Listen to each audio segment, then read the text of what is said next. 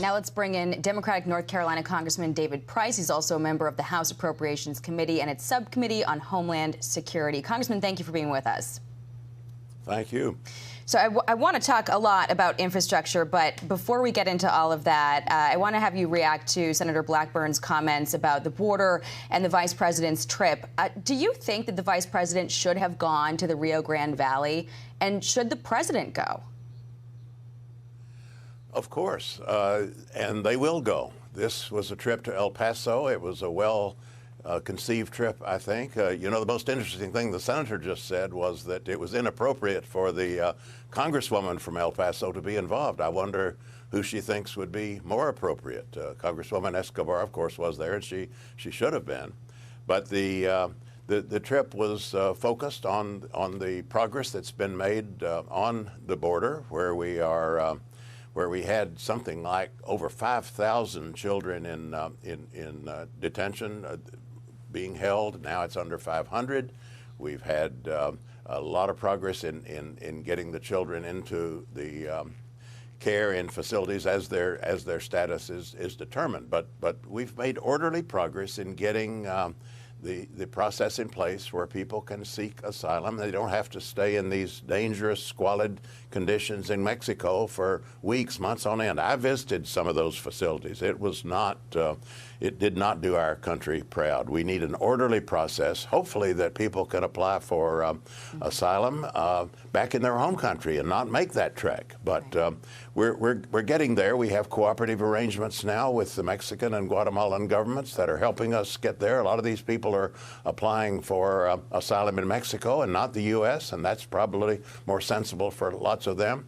So the vice president's trip was to call attention to the situation, which still demands a great deal of attention, but also to call attention to the progress we're making. Well, Congressman, that trip did come, 90 days into this whole initiative. I mean, she's made the assertion that this was not a response to political pressure, but do you think that Democrats need to have a more consistent, sizable presence at the border and making that effort visible to people? Sure, that's what the trip was about, and there are lots of indications that we're making progress on a very difficult challenge. By the way, the first thing she did was to go to the countries of Central America where these migrants are coming from. I don't know why anybody would think that is inappropriate. I remember when it was late in the Obama administration, I was on a Homeland Security trip. I remember General John Kelly. He was head of Southern Command back then, and he was one of the first who said, you need to address the root causes. We need to have something like a Plan Colombia for these countries in Central America so that people stay in their home countries. They are secure, and they have some hope there. And of course, he came into the Trump administration, and Donald Trump didn't listen to him. But we need now to understand once again that long run, these people need to stay at home and be able to stay at home safely and securely. I want to get to infrastructure. The White House has, walked back the president's statement that he's not going to sign this bipartisan bill if the reconciliation piece doesn't also come to his desk. The White House negotiator, Steve Ricchetti, told Senate Republicans that the administration would clarify its position. But yesterday, Press Secretary Jen Psaki did not repeat Biden's condition. She took a softer tone than the president. I want you to listen to this sound, and then I'll ask you a question. We're going to leave it to leaders in Congress to determine the sequencing and the timeline for those pieces moving forward. But he's going to use every lever at his disposal. He's going to be involved. He's going to roll up his sleeves. He's going to work like hell to get both of these pieces of legislation done. He fully expects, hopes, plans to sign both into law, and he will leave it to leaders in Congress to determine the timeline and the sequencing.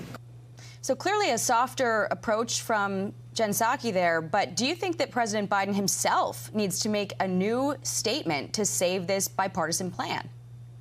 No, it's very clear what's going on here. And the previous interview, she was so shocked to find that the president wants to move ahead with a broader infrastructure and American families plan, probably using this reconciliation process. Republicans hopefully will be, some will go along with that, but it probably could be successfully filibustered. So that has to proceed alongside whatever can be can be agreed upon in a bipartisan way. I don't think I've never had any doubt about that. I'm surprised that she has. It was the condition, though, that he would not sign. Well, the conditional language is you know, as they've clarified, this is not totally in his control. Mm-hmm. There will be in the congressional process a Sir, determination of what of this we can pass, and then we'll hopefully do both in tandem. Thank you. I'm sorry, we've got to leave it there. We've run out of time. Thank you so much, Congressman, for being with us. Thank you.